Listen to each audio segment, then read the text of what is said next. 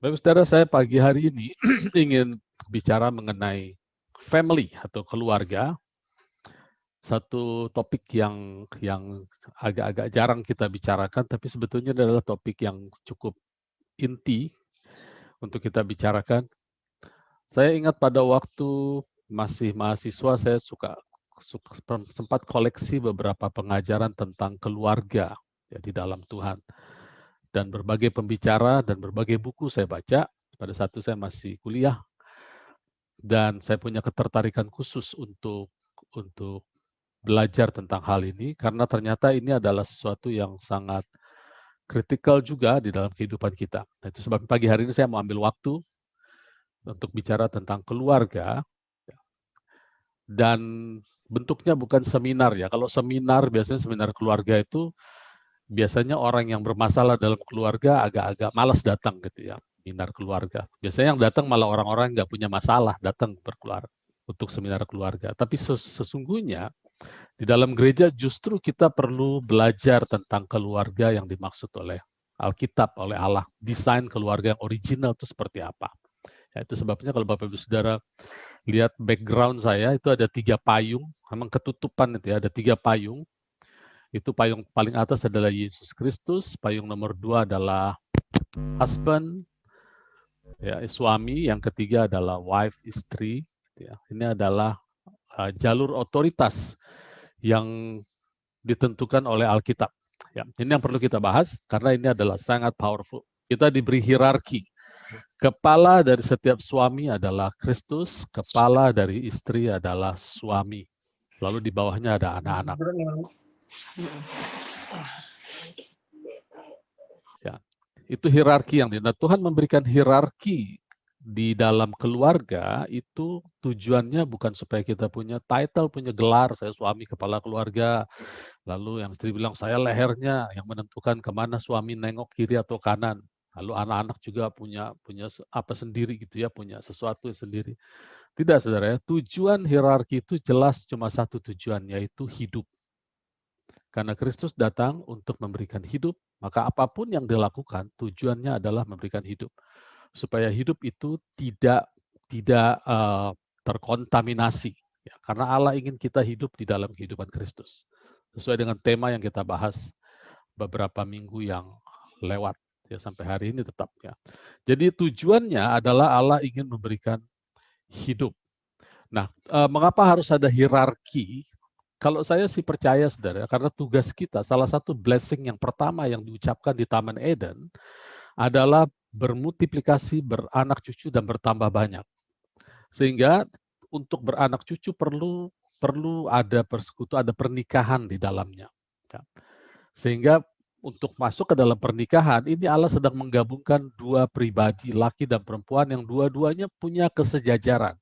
Karena dua-duanya adalah diciptakan segambar dan serupa dengan Allah. Betul ya? Terlebih lagi kita sekarang ada di dalam Adam yang terakhir, maka kita diciptakan segambar dan serupa dengan Allah, atau dengan bahasa perjanjian baru, kita punya kehidupan baru yang disebut Kristus. Karena kedua Kristus ini digabungkan, Kristus huruf kecil ya, digabungkan, maka Tuhan memberikan hierarki. Kristus yang terutama, lalu suami, lalu istri, kemudian anak-anak. Tapi semua adalah pribadi yang sama, yaitu ciptaan baru, yang lama sudah berlalu, dan satu pribadi di mana Kristus tinggal di dalamnya. Nah, semua ini diberikan supaya kita memiliki hidup. Saudara, kalau bicara keluarga, ada banyak hal yang sebetulnya Tuhan sediakan melalui keluarga, terlepas dari hak-hak istimewa yang Tuhan juga berikan kepada kita sebagai individu, sebagai pribadi-pribadi yang katakanlah belum menikah atau tidak menikah. Nah, di dalam keluarga itu ada banyak hal. Gitu ya. Untuk bertumbuh, saudara, untuk bertumbuh itu paling tidak kita kita memerlukan 3 hal. Yang pertama, nutrisi harus ada. Kemudian yang kedua, exercise, latihan. Nah, ini latihan berarti kan latihan iman, latihan dalam kejiwaan, mental, semua. Lalu yang ketiga harus ada istirahat, resting. Ya. 3 hal ini harus ada, nutrisi, exercise, sama resting. Nah, keluarga menyediakan itu, saudara. Keluarga menyediakan. Mengapa? Apakah di luar keluarga tidak disediakan juga? Cuma di luar keluarga itu lebih mudah. Nanti saya akan tunjukkan bagaimana kita bisa terganggu resting kita bisa terganggu exercise kita kalau di dalam keluarga tidak ada keharmonisan, gitu ya. Tapi Tuhan menjanjikan karena kepalanya Dia, maka Yesus Kristus akan menjaga apapun yang terjadi di dalam keluarga, Dia tetap kepala keluarga kita, yaitu Kristus Yesus. Ya, ada banyak hal yang bisa terjadi. Nah, salah satunya, saudara, mengapa doa Bapa kami, Tuhan Yesus ajarkan seperti ini. Tuhan Yesus buka dengan kata-kata, berdoalah seperti ini. Ya. Bapa kami yang ada di surga. Bukan Bapa saya atau Bapakku yang ada di surga. Ya. Ada tempatnya tersendiri itu kita katakan Bapa surgawi sebagai personal. Bapa kita secara personal. Tapi yang Tuhan ajarkan untuk kita semua adalah kita semua memiliki Bapa yang satu. Kita ada dalam satu keluarga. Efesus pasal 3 ayat 14 ya katakan. Efesus pasal 3 ayat 14, sayangnya di dalam bahasa Indonesia tidak muncul kata keluarga, tapi dalam bahasa Inggris, bahasa Indonesia bilang, ayat 14, itulah sebabnya aku sujud kepada Bapa, yang daripadanya semua turunan yang ada di dalam sorga dan di atas bumi menerima namanya. Jadi ada dua turunan di sorga dan di bumi, ya, menerima namanya. Dalam bahasa Inggris dikatakan, yang daripadanya semua keluarga yang ada di surga dan yang ada di bumi. Lebih intim lagi dikatakan keluarga.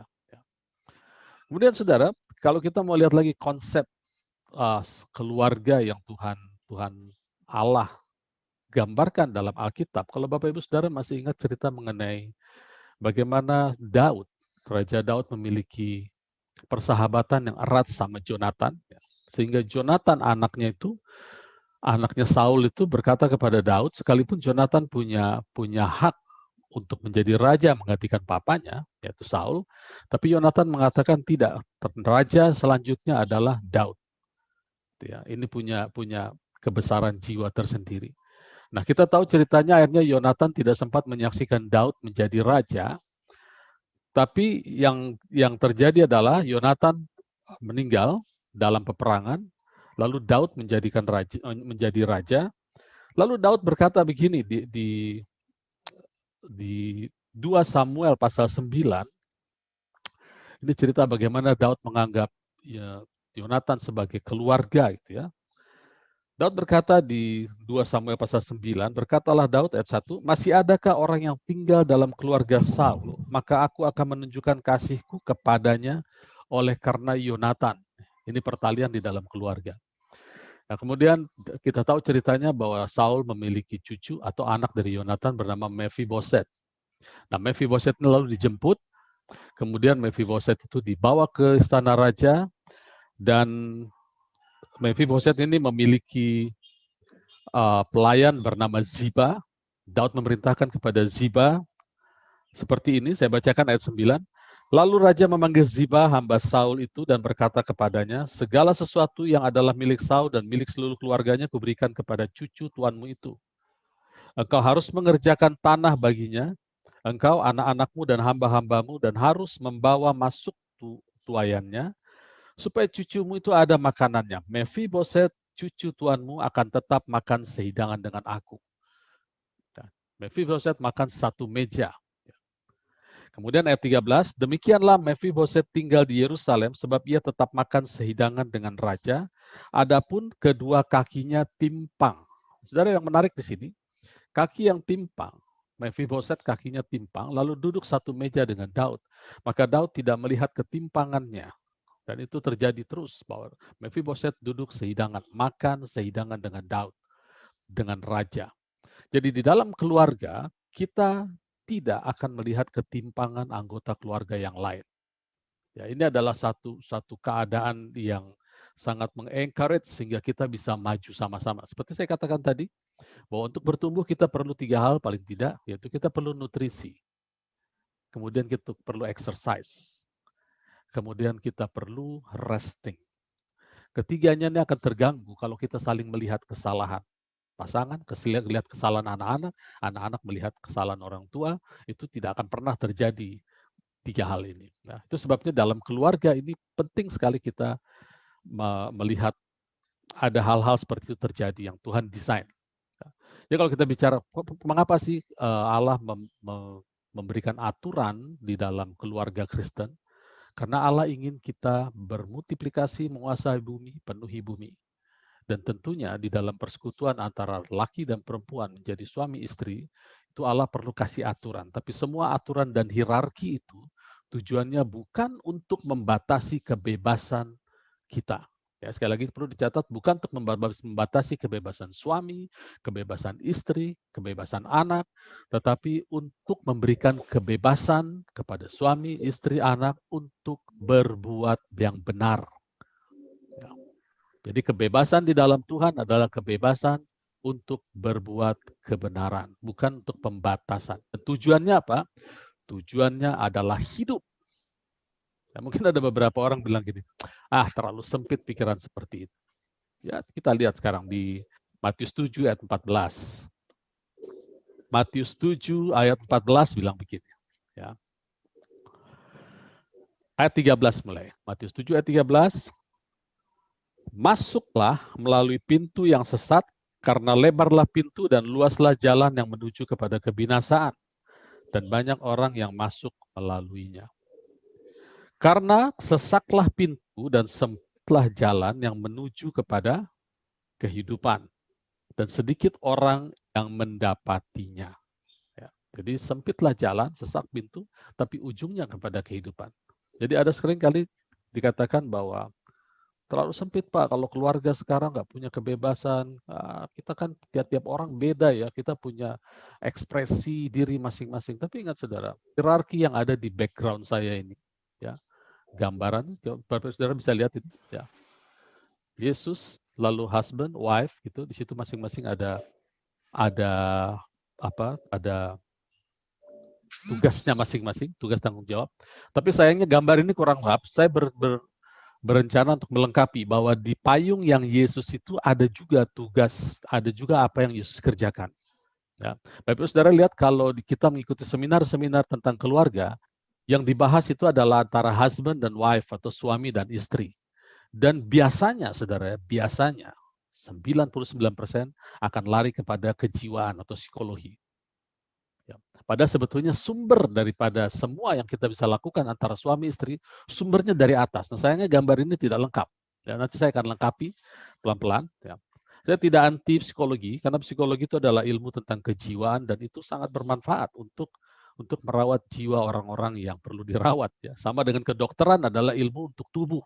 Itu sangat-sangat bermanfaat untuk merawat orang-orang yang sakit. Tapi kita sebagai manusia spiritual, spirit, rohlah yang memberi hidup, daging sama sekali tidak berguna.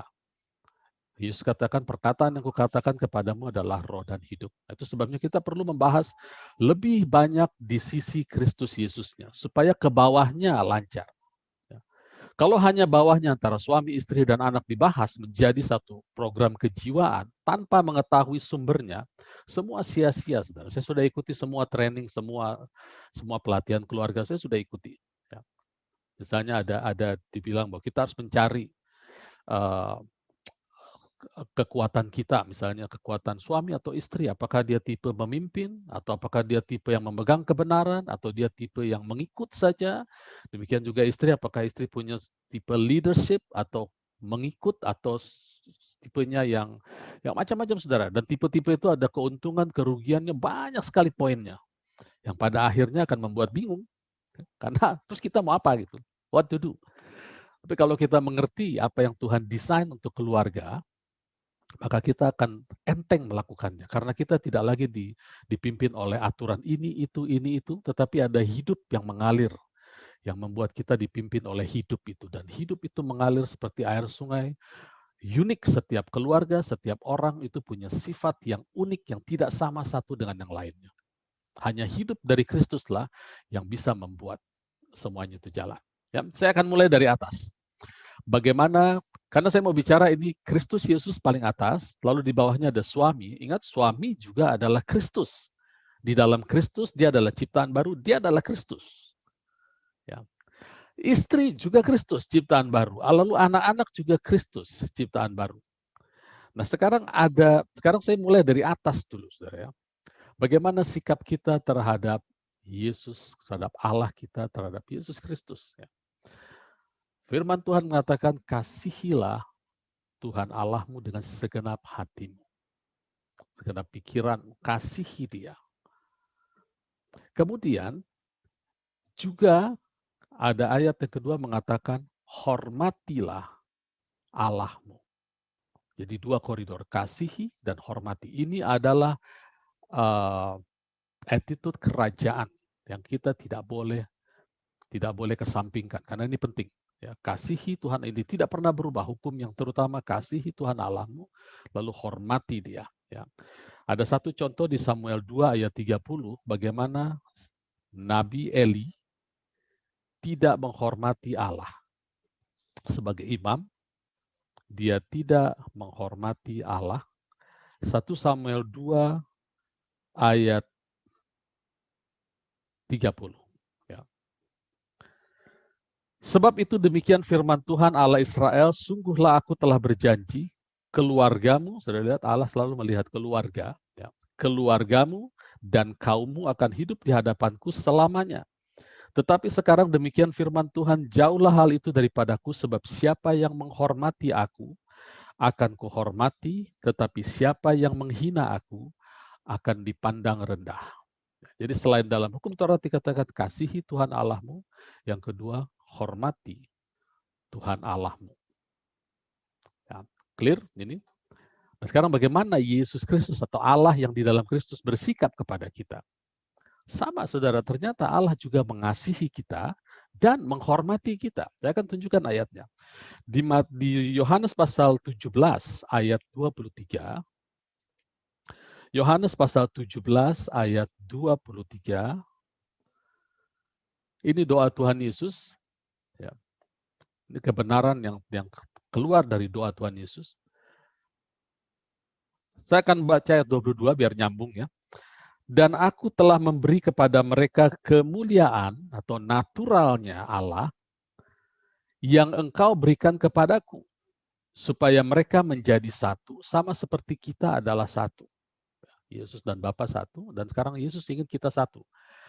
Aku di dalam mereka dan engkau di dalam aku, supaya mereka sempurna menjadi satu, agar dunia tahu bahwa engkau yang telah mengutus aku dan bahwa engkau mengasihi mereka sama seperti engkau mengasihi aku. Jadi Allah mengasihi kita semua. Kita mengasihi Allah, Allah mengasihi kita. Yohanes 14 ayat 21 katakan, barang siapa memiliki firman-Ku dan menyimpan dalam hatinya, maka itulah mereka yang mengasihi aku. Barang siapa mengasihi aku, maka Bapa akan mengasihi dia, dan aku pun akan mengasihi dia dan akan menyatakan diriku. Ya, jadi kita dan Allah saling mengasihi. Tapi ada satu lagi yang jarang disinggung, saudara. Ternyata Allah juga menghormati kita. Makanya Tuhan juga ingin kita menghormati Dia. Saudara buka Yohanes pasal 12. Ya. Kalau kita mengasihi Allah, kita melayani dengan cara yang ditentukan Allah, maka ini dia apa yang Allah berikan. Yohanes 12 ayat 26. Barang siapa melayani aku, ia harus mengikuti aku, dan di mana aku berada, di situ pun pelayanku akan berada. Barang siapa melayani aku, ia akan dihormati Bapa. Ya, Bapak Saudara lihat, ia akan dihormati. Jadi saudara dihormati oleh Bapa. Jadi Bapa tidak berlebihan kalau bilang hormati aku. Ya, jadi dua koridor itu saudara. Dua koridor di dalam kita mengikut Tuhan. Setiap orang, baik suami, istri, anak-anak, perhatikan dua koridor. Kasihi Tuhan Allahmu, hormati Tuhan Allahmu. Di perjanjian baru, Rasul Paulus mendeklar atau menyatakan ini dengan dua kalimat. Jangan dukakan roh dan jangan padamkan roh. Itu sama dengan kasih dan hormati. Kita lihat konteksnya ya. Jangan kamu mendukakan Roh Kudus. Itu ada di Efesus pasalnya yang keempat ayat 30. Di situ ada dikatakan, dan janganlah kamu mendukakan Roh Kudus Allah yang telah memeteraikan kamu menjelang hari penyelamatan. Ya, beberapa saat yang lalu, beberapa kali saya singgung bahwa meterai kita untuk masuk dalam perjanjian antara Yesus dan Allah adalah Roh Kudus. Jadi Roh Kudus ada di dalam kita, satu roh dengan kita. Jangan kita mendukakan roh. Apa konteksnya, saudara? Ya. Konteksnya di sini dikatakan ayat 29 di ayat sebelumnya. Janganlah ada perkataan kotor keluar dari mulutmu, tetapi pakailah perkataan yang baik untuk membangun di mana perlu, supaya mereka yang mendengarnya beroleh kasih karunia. Saya ganti kasih karunia dengan definisi Alkitab tentang kasih karunia. Ya, kasih karunia adalah hidup dalam damai sejahtera dengan Allah. Hidup, ya. Kata kuncinya hidup. Seperti apa? Dalam damai sejahtera dengan Allah. Jadi hendaklah kita berkata-kata seperti Yesus mengatakan bahwa perkataan yang kukatakan adalah roh dan hidup. Setiap kita yang menaruh firman di dalam hati kita, maka perkataan yang keluar dari mulut kita adalah roh dan hidup, sehingga yang mendengarkannya mendapatkan hidup dalam kasih karunia. Nah, sikap kita menyimpan firman dan mengeluarkan firman ini disebut mengasihi Allah menurut Yohanes 14 ayat 20. Betul ya? Mudah-mudahan saya tidak terlalu cepat. Ini penting, karena kita akan mendefinisikan dulu line kita, koridor kita berjalan, yang katanya sempit. Tapi kalau kita jalani, ujungnya menuju hidup. Kalau kita langgar, ya kita binasa, bukan masuk neraka, bukan, saudara, bukan berarti masuk neraka, tapi kita binasa sebelum waktunya. Ya. Jadi konteks jangan kamu mendukan Roh Kudus adalah kasihilah Tuhan Allahmu. Simpan firman-Nya, ucapkan hanya firman-Nya. Jangan melawan dengan perkataan yang tidak sama dengan firman.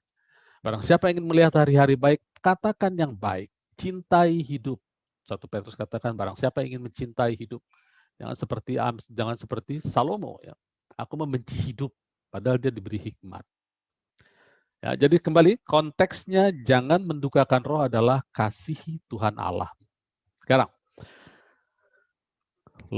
koridor batas yang satu lagi, saudara, untuk berjalan tadi kasih, sekarang jangan mendukakan roh. Yang satu lagi ada di 1 Tesalonika 5 ayat 19.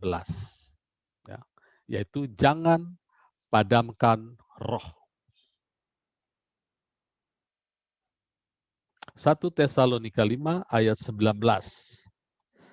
Ya, janganlah padamkan roh. Apa konteksnya di sini? Ayat 16, ayat sebelumnya, itu dikatakan bersukacitalah senantiasa. Bersukacitalah senantiasa. Ingat, sukacita bukan happiness ya. Joy bukan happiness. Sukacita adalah buah roh. Dalam Galatia 5 ayat 22, sukacita adalah salah satu buah roh.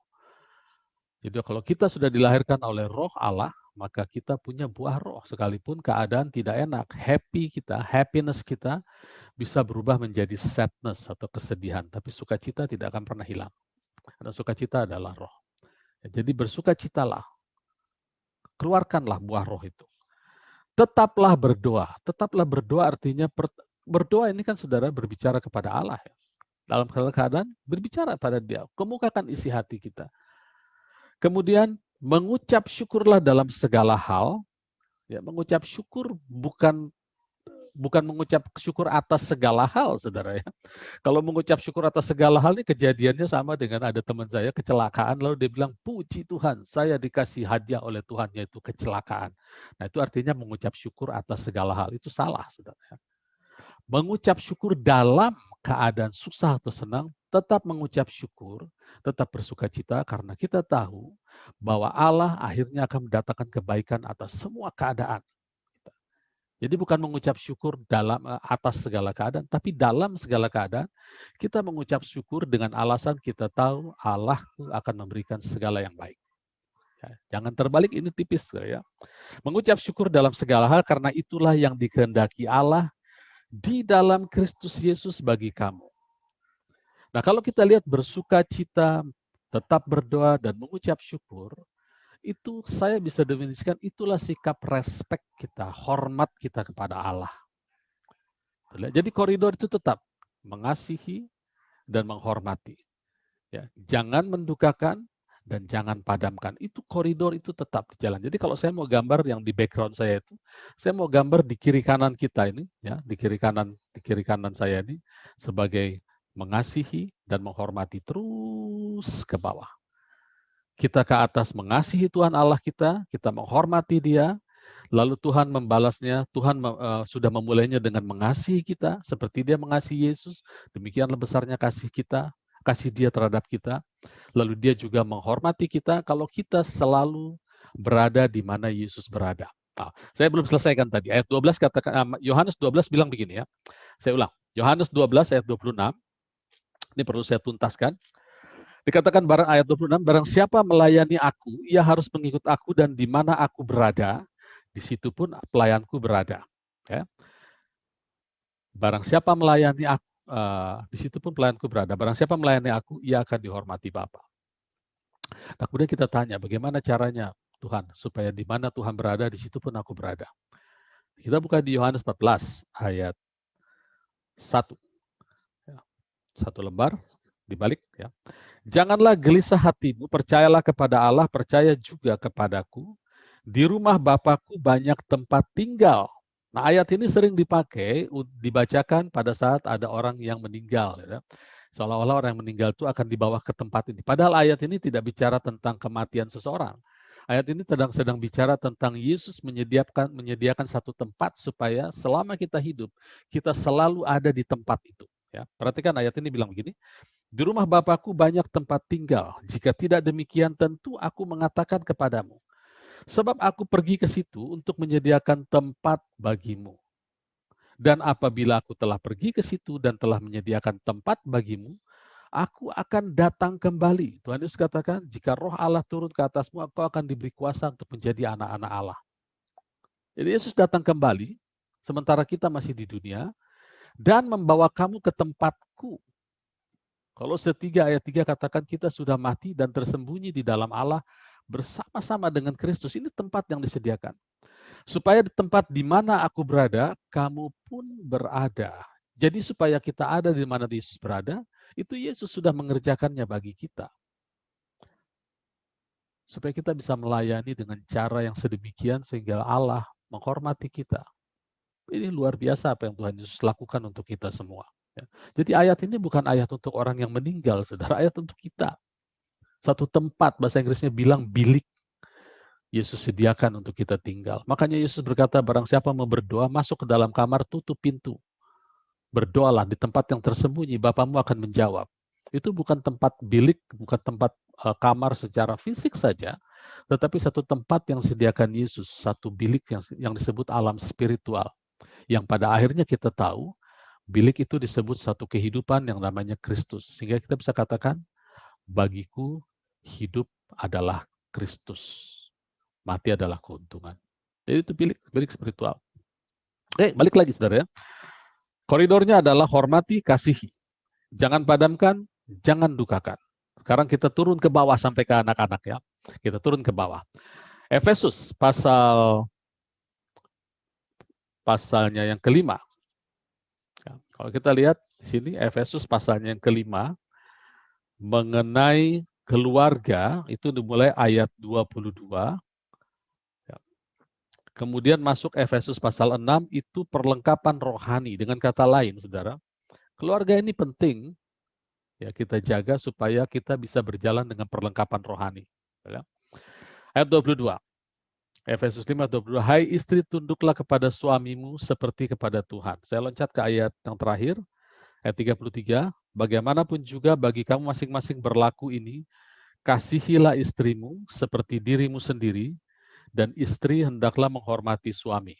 Oke. Sayang sekali ini ayat sering berhenti di sini, saudara ya. Dari saya dulu masih muda, biasanya kalau saya mendengarkan orang membicara tentang keluarga, hanya ini berhenti di sini ya. Bahwa tugas istri adalah menghormati suami, tugas suami adalah mengasihi istri, hanya itu. Pada sebetulnya berlaku timbal balik, saudara. Suami, kasih istrimu, dan suami juga harus menghormati istrinya. Ya, di 1 Petrus 3 ayat 7 Demikian firman Tuhan, demikian juga kamu hai suami-suami, hiduplah bijaksana dengan istrimu sebagai kaum yang lebih lemah, hormatilah mereka sebagai teman pewaris kasih karunia. Hormati istri sebagai teman pewaris kasih karunia. Saya ganti dengan definisi Alkitab mengenai kasih karunia. Hormati istrimu sebagai teman pewaris hidup dalam damai sejahtera dalam Allah. Artinya perkataan kita pun harus mengeluarkan perkataan hidup. Supaya mendengarkan, mendapatkan hidup, mendapatkan kasih karunia. Ya. Jadi perkataan kita juga harus dijaga. Ya. Selain mengasihi, juga menghormati. Nah, kalau istri sudah jelas, hormati suamimu. Tapi apakah istri juga harus mengasihi suami? Ya, di Titus, ya, di kitab Titus pasalnya yang ke-2 ayat 3, ya, kalau di Efesus dikatakan istri hormatilah suami. Tapi apakah istri juga disuruh mengasihi suami? Ya. Ya, di Titus 2 ayat 3, demikian juga perempuan-perempuan yang tua hendaklah mereka hidup sebagai orang-orang beribadah, jangan memfitnah, jangan menjadi hamba anggur, tapi cakap mengajar hal-hal yang baik, dan dengan demikian mendidik perempuan-perempuan muda mengasihi suami dan anak-anaknya, ke atas dan ke bawah mengasihi suami dan anak-anaknya. Ya. Jadi sekarang kita lihat sudah 3 tingkat ya. Nanti kita akan masuk ke anak-anak yang terakhir. Allah Bapa di dalam Kristus mengasihi kita dan menghormati kita.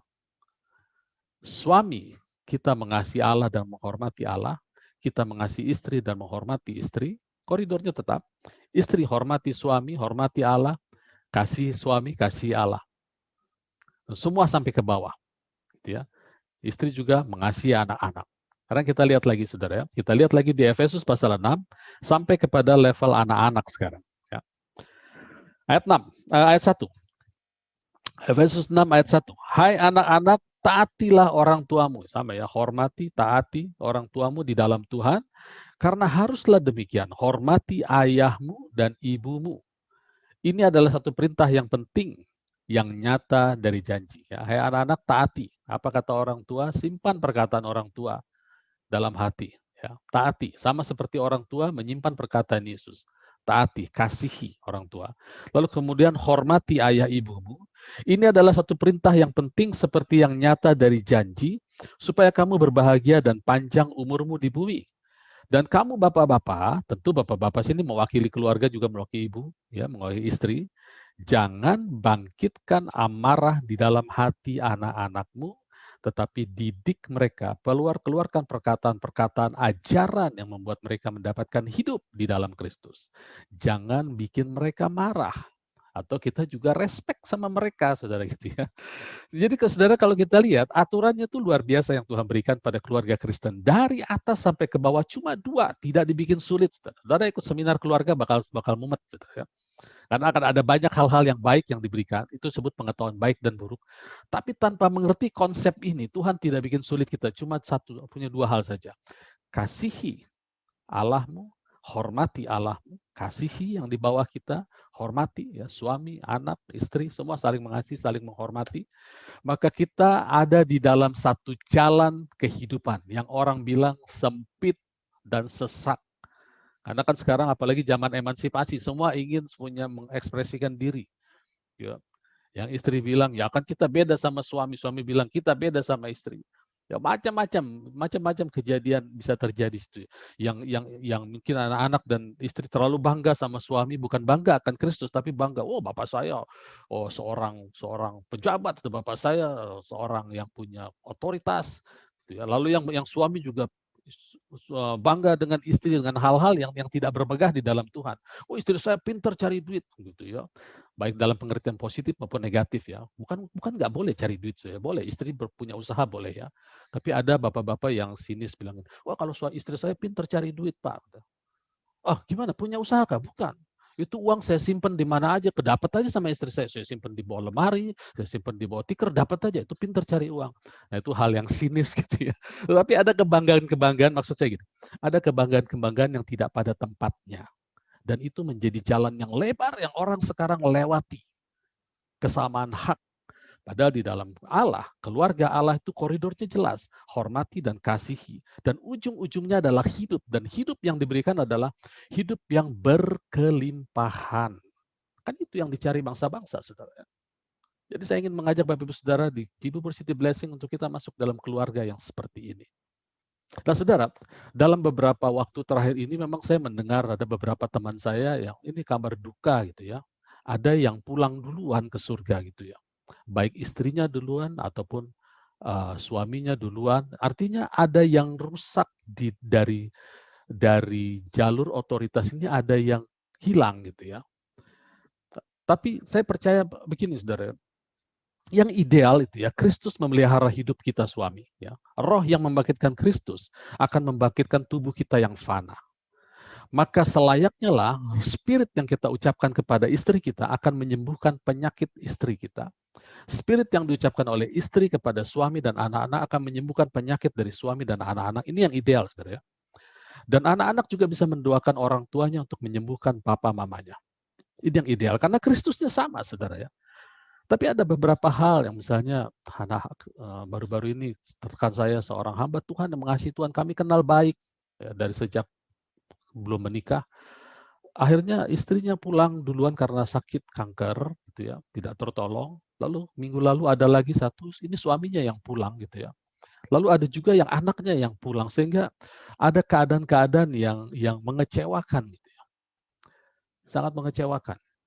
Atau juga ada keadaan yang mirip dengan itu tapi beda. Dia bukan kalau kita lihat jalur otoritasnya ada Kristus, suami dan istri dan anak. Ada yang keluar dari jalur. Kalau tadi yang saya ceritakan adalah pulang ke surga ya, karena sakit. Tapi ada yang keluar dari jalur karena selingkuh.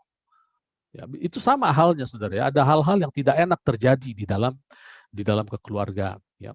Dan biasanya yang ditinggal akan kecewa, apapun alasan perginya, entah itu karena pulang ke surga atau pulang ke rumah orang lain, itu akan mengecewakan.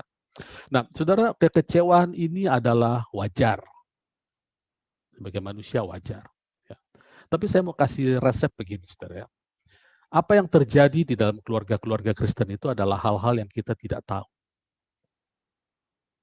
Ya, hal-hal yang kita tidak tahu. Kalau kita mau tahu, yang bersangkutan bisa tanya kepada Kristus, ada apa ya? Tapi ada hal-hal yang kita tahu, saudara. Yang kita tahu adalah Yesus Kristus, Bapa kita adalah Bapa yang baik, Bapa yang setia, Bapa yang memelihara kita, Bapa yang mensuplai kekuatan kita. Itu yang kita tahu. Yang kita tidak tahu adalah kenapa ada yang hilang anggota keluarga ini. Baik suami, istri, anak, dengan bermacam bisa hilang karena apapun. Kenapa? Nah, itu kita tidak tahu. Saran saya, jangan hal-hal yang tidak kita tahu merusak apa yang kita tahu. Ya, Bapak Ibu Saudara bisa mengerti ini bahwa ini penting, saudara, untuk menjaga jalur otoritas itu. Banyak hal-hal yang kita tidak tahu, tapi jangan sekali-sekali kita katakan yang tidak tahu itu merusak. Artinya, karena hal-hal yang tidak tahu itu, yang kita tidak tahu terjadi di alam nyata. Tidak boleh merusak apa yang kita tahu yang adalah alam spiritual. Sebaliknya, harusnya yang kita tahu itu memperbaiki apa yang kita tidak tahu. Ya, ini penting, saudara ya. Jadi ada hal-hal kenapa begini? Kenapa ada seorang anak Tuhan yang suaminya meninggal usia muda, saudara, usia 50 tahun, lalu dia sangat terpukul dan dia datang kepada saya, dia berkata, Pak Cepi, kami berdoa sama-sama, kami berharap pada Tuhan, kenapa suami saya kok pulang cepat, ini usia muda, belum 50 sudah pulang. Kalau gitu apa jaminan kami ikut Tuhan? Kalau sekarang dia pulang, besok bisa anak saya, besok bisa saya, apa jaminan kita? Saya bilang, saya tidak tahu itu. Tapi yang saya tahu adalah Allah baik, Allah mensuplai hidup, itu yang harus kita cari tahu.